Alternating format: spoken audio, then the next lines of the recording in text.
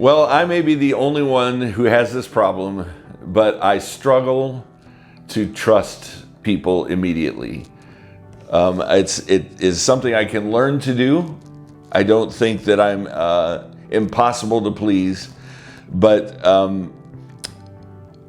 here's a for instance. While I was interviewing to be ordained as a pastor, the question I was asked on the paper I filled out was, have you had any bad experiences with the church that may have impacted your opinion of the church? And I wrote out a story of a circumstance in my past being a preacher's kid where I'd been hurt, my family had been hurt, and we had a bad experience. The follow-up question that they asked me then was, how do you think that is influencing you in the way that you feel about the church, or may influence you as a pastor in the church?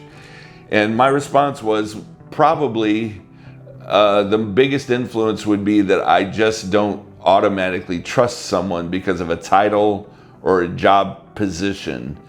I don't automatically trust.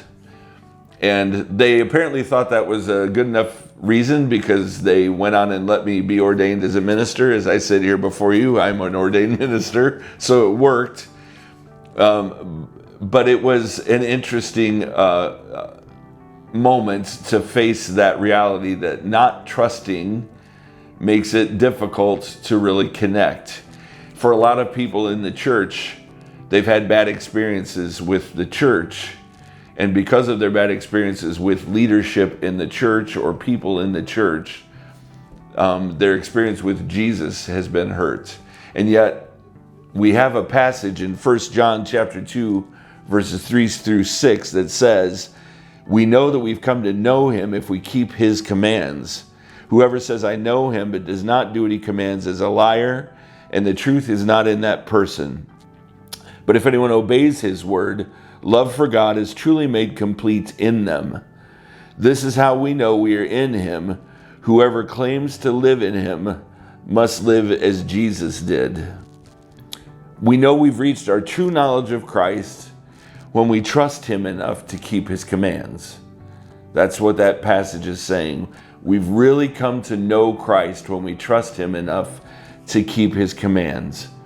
If anyone, including a church person or even a leader in a church or your favorite author or your favorite musician, if anyone instructs you or suggests to you to do something that is disobedient to Jesus, then they don't really love Jesus.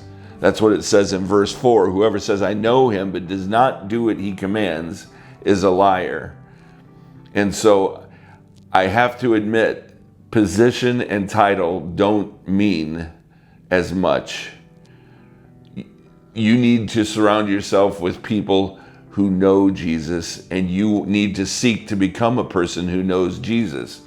I think our problem is sometimes we judge whether we know him by if we're obedient enough, and so we try to be more and more obedient to prove that we know him.